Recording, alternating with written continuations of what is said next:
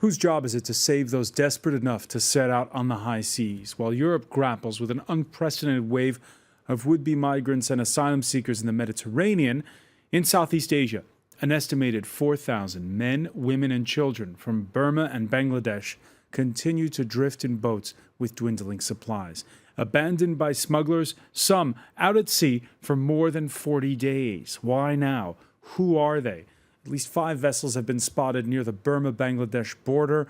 On Wednesday, authorities from Thailand, Malaysia, and Indonesia will meet. They're under increased pressure to take them in. But they fear what they call a pull factor, that a wholesale rescue operation will encourage yet more to set sail. And that draws attention to a key point. Some are economic migrants. Many are Rohingya Muslims, persecuted for decades in Burma. All are desperate. What's the solution? Do the same moral standards apply in the Mediterranean as those that apply in the Andaman Sea? And what does it all say about our globalized world? Today in the France 24 debate, who is going to save Southeast Asia's boat people? With us from London, Toon Kin, head of the Burmese Rohingya organization. Thank you for being with us here on France 24. Thank you. A point of clarification, because we've heard both pronunciations. Rohingya or Rohingya? We call it Rohingya. Rohingya, there we go. Well, that'll be the final word on it then. We're also pleased to welcome Arezo Malakuti, Director of Migration Research at Altai Consulting. Welcome back to the show. Thank you. Good to be back. Welcome back as well to David Cameron, who teaches at the French Political Science Institute Sciences Po. And we're joined from Washington by Sarnata Reynolds, advisor to Refugees International, and who teaches at Georgetown Law School. Thank you for being with us. Thank you. The France 24 debate, where you can join the conversation, and you have on Facebook and Twitter our hashtag F2ForDebate. Now, among the many harrowing tales coming through, that of a fight on a boat off Indonesia, pitting Rohingyas against Bangladeshi migrants. At least 100 dead, claim survivors. Josh Vardy has the story. A nightmarish struggle at sea. Bangladeshi and Burmese Rohingya passengers described a fierce battle to survive on board a smuggler boat like this one, abandoned by its operators on the Andaman Ocean. At least 100 died in vicious clashes between the two groups following arguments over dwindling supplies. Despite this attempt at reconciliation at an Indonesian camp for survivors, each group blames the other for the horrific violence on board a so-called floating coffin. They didn't give us food when we were hungry. The Burmese ate rice, but whenever we asked for food, we were beaten with our hands and legs tied. Look at my bruise marks. I explained to the Bangladeshis that we only have 30 liters of water, and that we should keep it for the children, because they cannot survive without water. We adults can last 3 to 5 days without water. After hearing that, they attacked us. Around 3,000 people have come ashore to Malaysia and Indonesia over the past week, while around 5,000 still remain trapped on vessels out at sea, following a crackdown on long-established human traffic routes by Thailand 3 weeks ago. There's been little in the way of coordination between Southeast Asian nations to tackle the situation. Thailand, Indonesia and Malaysia have all been accused of pushing boats filled with desperate people back to sea. The International Organization for Migration has called the crisis maritime ping-pong with human lives. Maritime ping-pong. Arezo Malakuti, your reaction to that story of that fight on board the ship? Yeah, I think it's quite disturbing to see what has been happening in the region over the last few weeks. And obviously this is not a new issue, and this is an issue that has been quite concerning for some time. But recent developments have made it even more disturbing. And I think that we know that since 2002, there have been a lot of flows out of Myanmar and out of that region, and many of the countries in the region have been quite accepting of refugees or asylum seekers coming out of Myanmar specifically. But we have reached a point now where a different approach is being utilised, and many of the countries like Malaysia, who has received a large part of the flow in the past, feel now that they're not in a place to do that any longer. And And we have a new regional response, I think, where... And why are so many right now stranded at sea? Well, according to UNHCR, as we saw in that report, some 5,000 maybe out there. Yeah, I think there's probably a number of reasons to explain that situation. But I think one thing that we know is that earlier this month, the Thai government did try to crack down on smuggling and trafficking routes that were being utilised by this particular community. And I think that this has led to a lot of smugglers abandoning ships at sea.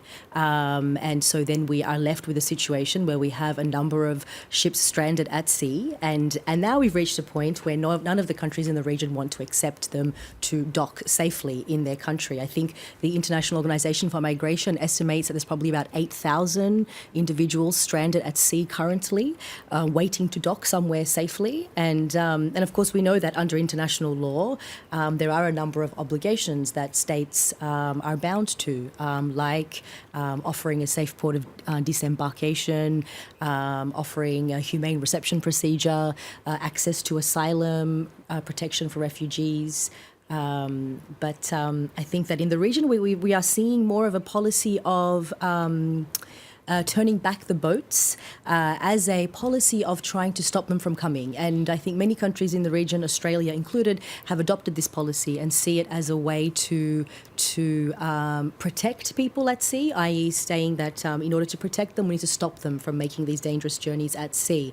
But I would suggest that what has been presented as a protection at sea policy is in fact more like a deterrence policy.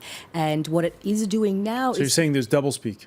Perhaps, but what is a reality is the fact that this policy is distracting the countries in the region from looking at the root causes of the problem and from actually creating a sound, comprehensive and coordinated response to the situation.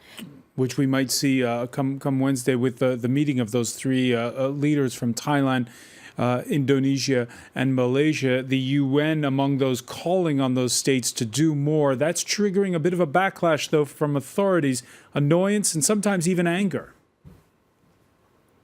Thailand is not pushing anyone away. They need to leave of their own accord.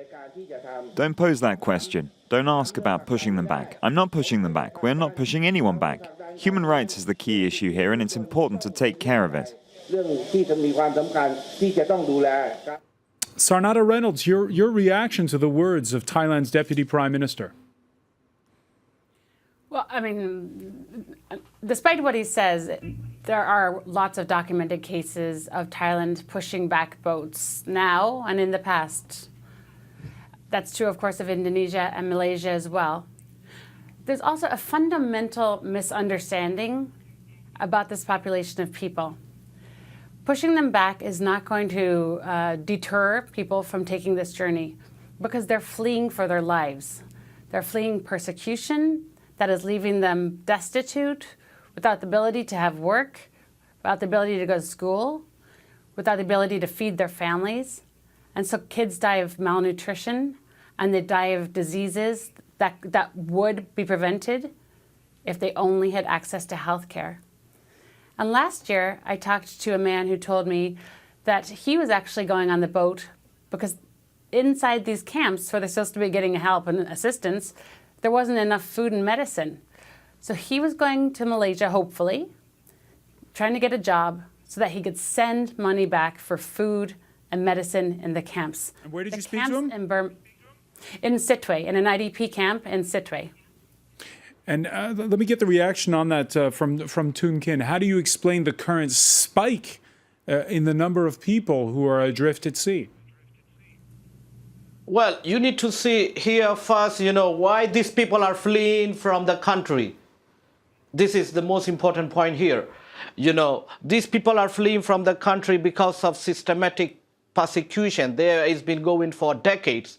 These people are fleeing, because they are, actually the government denied the right to have food, the right to have medical treatment, the right to have children, the right to have marry. So the government have created systematic persecution, and this government has created, impossible situation for them, what they are facing in their own homeland, and a state-sponsored violence created to the Rohingyas, and then they push into the camps and blocking of aid. This is the root cause of the problem. Why these people are fleeing from the country?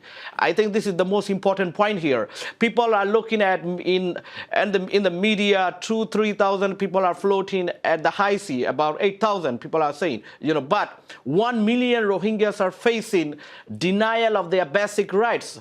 On top of their citizenship rights, they are facing denial of their rights they've been facing in Burma for decades. So I would suggest this is the most important point here. First, they need to,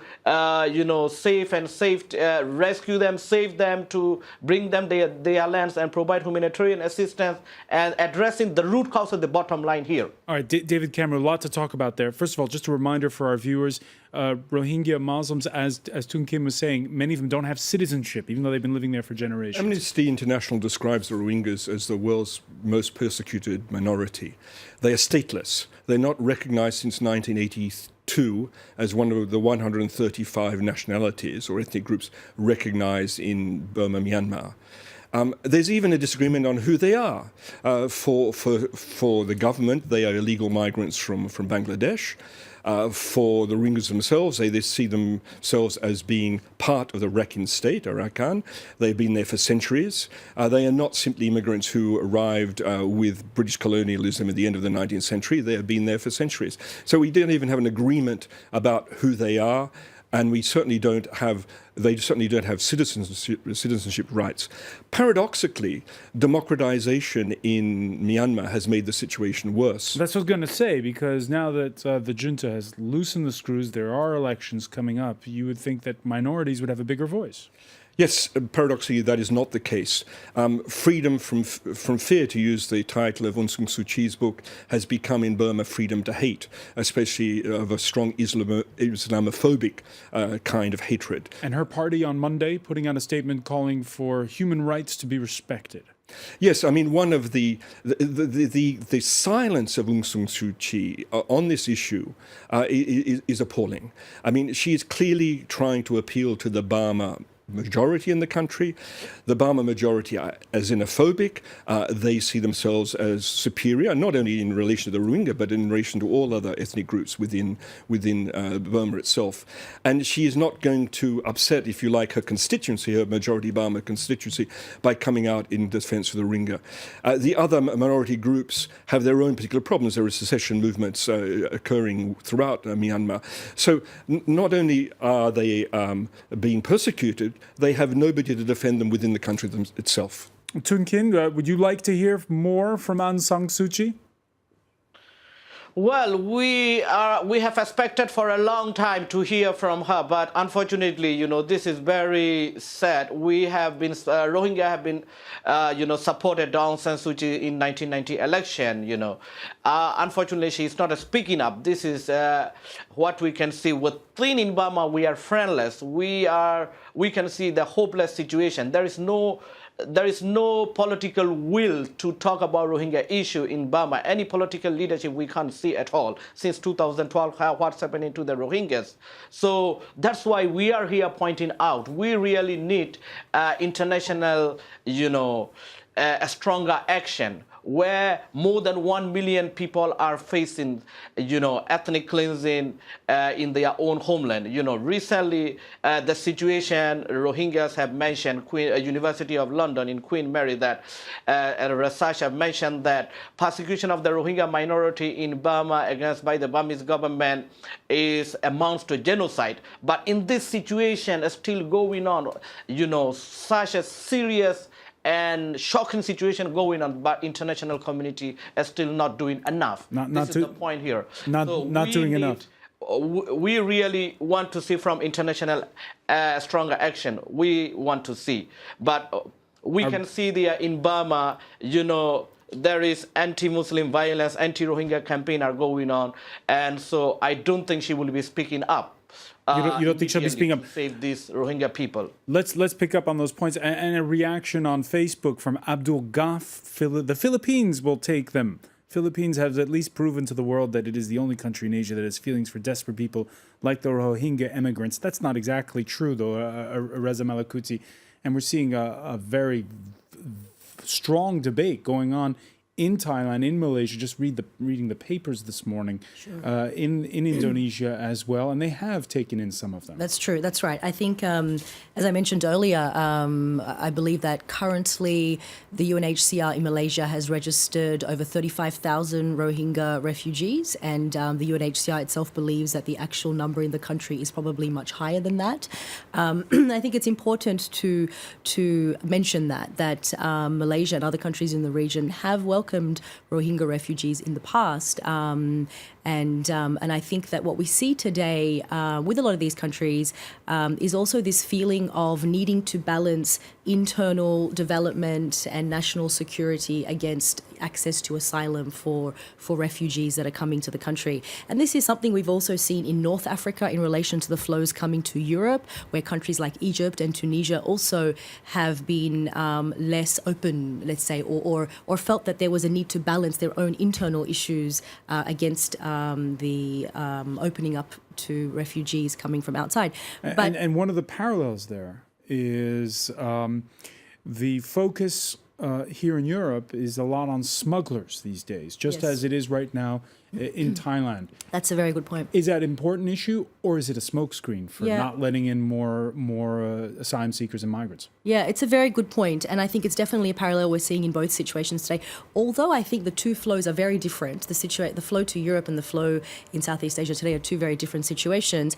We are seeing some similarities like this, where a lot of focus on smuggling and trafficking, and I believe that if we look at the situation of the Rohingya in Southeast Asia, there is essentially two issues here. One is the situation of the Rohingya in Myanmar itself, from the perspective of access to citizenship and human rights and so forth. And the second one is in terms of how to deal with those that are leaving the country today because of the persecution they are facing and giving them access to asylum. And what we have today is that most of the Rohingya who choose to leave this unfortunate situation that they are in, do not really have any pathways to do that in a safe or legal way. So they put their lives in the hands of smugglers. And of course, in the nature of the journey itself, the journey that they are taking on boats in the hands of smugglers creates a lot of risks for them and a lot of vulnerabilities.